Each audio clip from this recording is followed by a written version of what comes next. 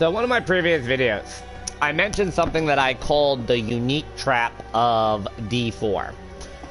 And I've gotten some pushback on what do you mean by that, because a lot of builds are hunting for particular uniques. Now, the majority of my characters in the game do not run uniques. And if you look in the stash tab over here, I have a tab dedicated to uniques. Well, if I think uniques are a trap, why do I have a stash tab for them? Well, for one is that uniques sell for a good amount of money. So if I'm like cash strapped for a build, I can come over to the stash and pull out a unique and sell it for a little bit. Here's the problem that you'll notice when it comes to uniques. Most of the uniques that I tend to run are things that are supporting an already existing build, like Death's Visage for my Bone Spear Necromancer. I'll slot that in for the bonus off of that. Something like Razor Plate for Barbarian is something I would run if I had it. I'm trying to get it, I just don't have it. Same thing if you look at something like Rage of Hagaroth is a pretty decent Barbarian chest. If you don't need that defensive slot, or if you're building around cooldown reduction, it can be very good. This is very good for multi-shout builds. Now, this isn't a multi-shout build Barbarian. The reason why I'm running it is there's things here that are good. I like critting, I do bleed, and I have a couple of cooldowns that I need to get back. So being able to get the cooldown reduction back is relatively nice. And the fact that it has the tag of elites is nice, because that counts for elites, that counts on champions, that counts on PvP, things of that nature. So it does give me a lot of options on it. And because it's when you inflict bleeding, well, I get bleeding off of Whirlwind, I get bleeding off of enemies hitting me. It's a pretty reliable source of things. But when you look at a lot of the uniques out there, most of the uniques don't get run. I love Butcher's Cleaver, but this is the first problem with the trap, alright? I would love to run the Butcher Cleaver on this build. I'm not going to run it in place of this weapon, because the damage per second is less. Now, you could offset that by giving me main stat on the weapon, but since they removed the priority reroll system, I'm now losing that. Now, yes, I get this is supposed to give you tons of crit damage, and this is more of a crit heavy build, but I still am losing damage. If you look at the other one-handed that I have, sure, it's not that much damage, but it also has 64 strength, which means I'm losing a decent chunk of damage just by removing this. It also has critical strike damage on there, vulnerable damage to bleeding enemies. It's giving me a similar stat pool. Now, the effect on it is nice. The effect on it is the main reason why I would run it. But at the same time, it doesn't feel that powerful. Now, some uniques have great synergy. Vasili's Prayer, which changes Earth skills to Werebear skills, is good, because you can pair that with, where is it, Insatiable Fury, which is Werebear. So your chest and your helm are now both Werebear. They let you play Earth as Werebear. Okay, I like the synergy on that. The problem, though, is that because you can't customize these in any way, Vasili's Prayer is always going to run damage while shapeshifted, overpower, max life, lightning resist. Insatiable Fury is always going to run physical damage, overpower, damage reduction while fortified, total armor, and Werebear. Meaning you don't get to run the defensive aspects that you want. That's a trade-off you can make, but you can't fix that by running defensive rolls. If I want to make these pieces of gear as defensive as possible to substitute for the lack of defense, like, let's say I want to take out the lightning resist. Let's say I wanted to roll off the physical damage. I can't do that with these. And it's similar when you see some of the things. So you look at Deathless Visage right here. Deathless Visage is actually a relatively good piece of gear to run. Other builds can benefit from it, you know, for the stats on it, if they were just roll off critical strike with bone skill. Just because the base stats on it are relatively good. You'll see that a number of times. If you look, another example here is Mad Wolf's Glee, right? Mad Wolf's Glee, where Werewolf form is now your true form, you gain plus ranks to Werewolf skills. This is commonly paired with Tempest Roar, where Storm skills become Werewolf skills. Okay? That's the other counterpart to Vasili's Prayer, is the Tempest Roar. Everybody wants to run Tempest Roar. Here's the thing, though. I have poison damage, physical damage, and damage reduction from enemies that are poisoned on this chest piece right here. If I'm running Storm Werewolf, all of those stats are useless to me. They want you to play around Werewolf. They want you to play around Rabies. They want you to play around the Claw passive for the poison, things of that nature. But I won't get any value out of that in that build, so a lot of people choose to substitute out Mad Wolf's Glee, because the Werewolf ranks aren't good enough. Similarly, if you look at something like, this is Sorceress, okay? Staff of Endless Rage. I would love to run this staff on Fireball build, because it's free damage. The problem is, if I need to upgrade my staff, if I need to get, you know, more damage, so Fireball does more damage, I'm not going to be able to do that. I can't roll intelligence on this. And I have to rely on higher item power drops to get higher damage per second drops. I can only upgrade it 5 times, which means I'm not getting a large amount of a damage boost. So, if you want to upgrade a piece of gear, you either have to forego decent stats, or play a lower level damage item until you can get to tier 4 and start getting better ones. Similarly, this is Ancient Oath right here. This is good for Steelgrass Barbarians. It does Vulnerable, Berserk, Steelgrass. So the obvious intention is that you're supposed to run this weapon in a Berserk Barbarian build. Okay? But that would also mean I would need to render this slot useless at a certain point, because I just wouldn't get the value out of it. Now you might say that, well, Steelgrass kind of sucks anyways. But I'll give you another example. Fields of Crimson, okay? The damage per second on the weapon is 1200. Okay? 1200. Mind you, Bleed builds want to use two-handed slashers. That's the key. They want slashers, particularly two-handed slashers. This is based around Rupture. This is a very good skill in a Bleed Barbarian build. The problem that this weapon has is I want to increase the damage of my sword, which means I would need to find a second copy of Fields of Crimson with a higher damage stat in order to reroll. That's a problem. You notice how there's a few weapons in here where I have multiples in them on. Like if you look at these two right here, these two are very similar, sure. This one that rolled level 51, okay? This is level 51, has higher damage per second and a higher item power. This one that rolled at level 57 is both lower damage per second and lower item power. And the stats on it are lower at a higher level. This is sitting in the stash because I'm planning on selling it when I need the money for it. Like, there's no reason as to why uniques are so bad. Like, the benefit that half of the uniques in the game provide is not strong enough for the drawback of the lack of customability. Like, here's this one right here. This is one-handed, druid only. You gain stealth for 2 seconds when you kill an enemy from shred. Breaking stealth with an attack guarantees critical strike for X amount of time. This requires me on a shred build druid to be running a one-hander and a totem. Yes, it does give me a decent benefit, but there's better aspects for shred. Like, let me come around.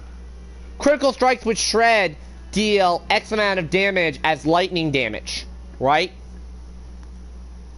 That's better in Storm Werewolf. There's another one I have somewhere. There's another one for shred. Wall dealing, and then this builds more into the build you want. Wall dashing, shred, seeks out poison enemies, dealing X amount of poisoning damage to them immediately. Okay? there's shred builds that are better than just running this one weapon. And the fact that I can't customize this, like, that damage to injured enemies is not helpful to me at all.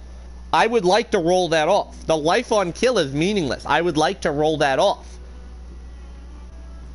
And then for a level 57 weapon, 737 damage for a one-hander is okay, but remember that I can't swap out that aspect at any time. The most I can do is add some sockets to it and try and buff it that way. Another example, Howl from Below. This is a pretty good pair of gloves. Pretty common pair of gloves.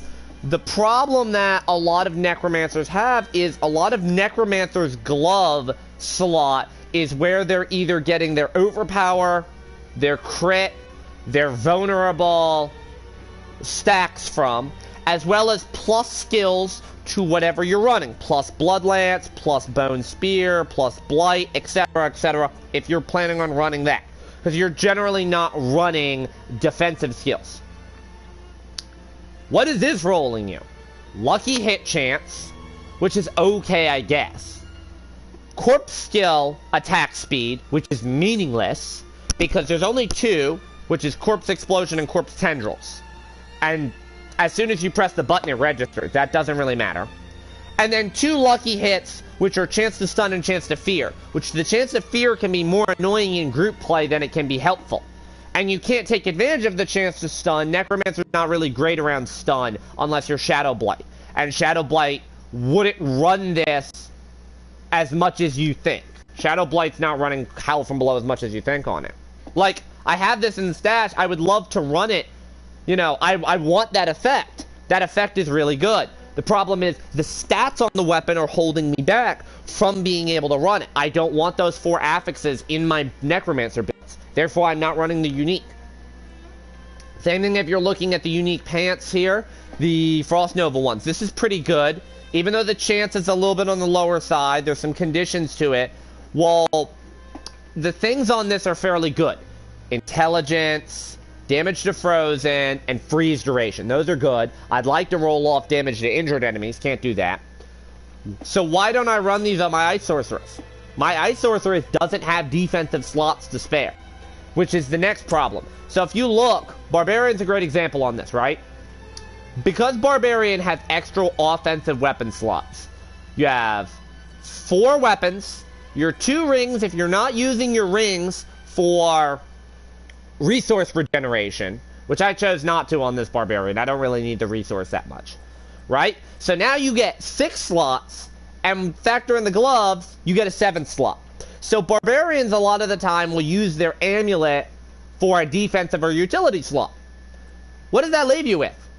Helm, pants, chest. Those are your normal 3 defensive slots you get. Maybe your amulet, alright? And boots are movement and utility. Well, I'm not running as many defensive aspects. This is utility, this is utility, this is a unique, this is defensive, and this is defensive.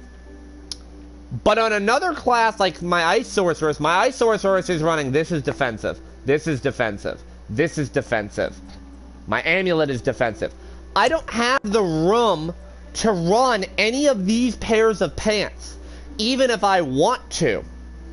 Because I have damage reduction in Blizzard, Ice Armor Unstoppable, Protector, Lucky Hit, chance to restore cooldown. That's what I'm running. I'd love to run this on that build. But because I'm not consistently freezing things, I'm killing things before they get frozen the majority of the time. Not to mention, this is supposed to synergize around Frozen and Frost Nova, right? Why is there not plus ranks to Frost Nova on this? Like, instead of damage to injured enemies, why is Frost Nova not a plus on here? Another example, 100,000 steps, okay? This is a walking arsenal passive, and it buffs ground stomp. This is my walking arsenal barbarian, okay? Now, the reason why I'm not running this on this, alright, so I have Frenzy to trigger my, my dual wield for it. I have Whirlwind and Upheaval to trigger my other 2 affixes. I run Whirlwind for the slashing, and I run Upheaval for the bludgeoning. Now, I'm running Death Blow because Death Blow will be for either or, right? So if I'm leaning more towards, like, Upheaval is more single target, Whirlwind is more crowd-based. So Death Blow kind of fills in the either or, and I like running Death Blow. If I were to switch out, let's say I switch out Whirlwind, right? And make Death Blow into the two-handed slashing version, I could fit Ground Stomp it. The reason why I'm not doing it is because this is built around the Call of the Ancients. This is built around the legendary here. While Call of the Ancients is on your bar, so I have to have Call of the Ancients. I have to have at least 3 skills that are running weapons. And I have to run Rallying Cry. That leaves 1 slot, which is Ground Stomp versus whatever my other damage option is going to be. But I'd also be losing my boot slot, which my boot slot is a utility. My boot slot is my additional charge on the Weapon Master, okay? So, I'm not even going to run this skill in the build it's meant for because it's not giving me what I want. It has Dexterity on there. I'm a Barbarian. I don't want Dexterity. I want Strength. I can't roll that off. The damage with skills that swap to new weapons is nice because that synergizes with Walking Arsenal. The plus ranks to Ground Stomp is nice because that synergizes with this skill. But the problem that I have with this build is that I don't have the room for it. Because it wants me to play Walking Arsenal. Walking Arsenal wants me to play 3 skills by default. Rallying Cry is a 4th. I'm running an ultimate. Same thing if you look at Essu's Heirloom. I'm not going to run this. The boots aren't double dodge boots. Like, yes, that's a nice pair of boots to have, but Sorceress isn't naturally increasing her movement speed unless you're either running the Flame Shield and another modifier, or if you're running full Elemental increased movement speed, like the Lightning build for movement speed. So this limits the build options that are available to me. And look at the stats that are on it. Sure, the 2 movement speed ones are nice, because that would be increasing the stats on the weapon. Here's the problem, though. Shrine buff duration and slow duration reduction, those are terrible. And they're not double dodge boots. I wouldn't be running them by default. Another example. Okay? Look at Mother's Embrace. Mother's Embrace is the first unique you get. It's a guaranteed drop when you kill Uber Lilith. Or a regular Lilith, sorry. What does it give you? Plus stats, crit, overpower, lucky hit. Those are good. Here's the problem. If a core skill hits 5 or more enemies, 20 to 40% of the resource cost is refunded. That seems like that's a decent thing. Until you realize, particularly Barbarian,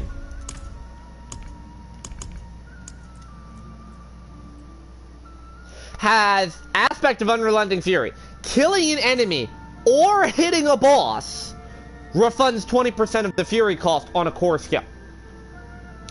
This aspect is better than Mother's Embrace by default, because it doesn't require me to hit multiple enemies. I can get value out of it in smaller scale scenarios than just, oh, there's a big crowd of enemies nearby. That's part of the reason why I don't run Mother's Embrace. Sure, it sells for a decent amount. I'll hang on to it because I can sell it. But that's kind of sad how most of the uniques in the game are forcing you to sacrifice for a key piece of your build for a minimal effect, or you just don't run them. I think they need to change how this works. Like, uniques should be unique in that you could upgrade them as many times as you want to match your level. Let's do something like that. You can upgrade a unique up to 100 times. However, the cost multiplies each time. So, if I were to go and upgrade, you know, the final cost on upgrading a weapon is usually like a bunch of Forgotten Souls, a bunch of Baleful Fragments, a ton of yellow crystals, the brown and the two common currencies for upgrading, right? And then like 160, 180k in gold. That's to get you up to 5. Imagine if they kept just adding on, like, it would be 25% more expensive every time you upgraded. But uniques could be upgraded with your level. So, you know, you look, this is a level 59 Butcher Cleaver. I want to upgrade this 59 times. That would incentivize people to farm, that would give you use on lower tier rolls until you got a higher tier roll, and it would incentivize uniques at a higher tier, because then I would consider running something that doesn't fit my build. I could consider fitting in Esu's Heirloom on Lightning Sorceress. That's the build that fits it best. I could definitely consider doing that if I could justify, like, getting a bonus out of it. Like, if I could keep upgrading this, if I upgrade this 50 times, the armor goes up, the stats on it go up, because the item power would be increasing. That, to me, would be good. That would make uniques feel unique.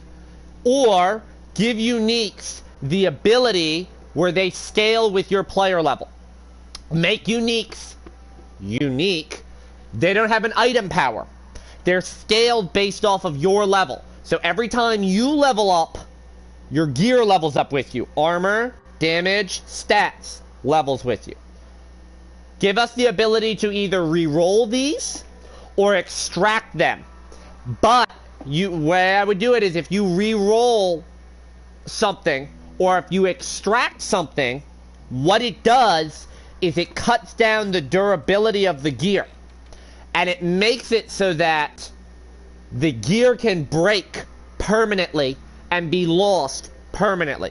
So, this example right here, Esu Heirloom. I pull the aspect off of it. So I get that critical strike increase bonus, blah, blah, blah. I put that on another piece of gear. The way that piece of gear would work is it has this durability cut, and it makes it so that it can't be repaired. Turn it into an ethereal from D2. It can't be repaired. If it breaks, it's gone forever because you extracted the imprint from it. Do something like that. There's a lot of ways you can buff uniques to make them viable, because in the condition they're in right now,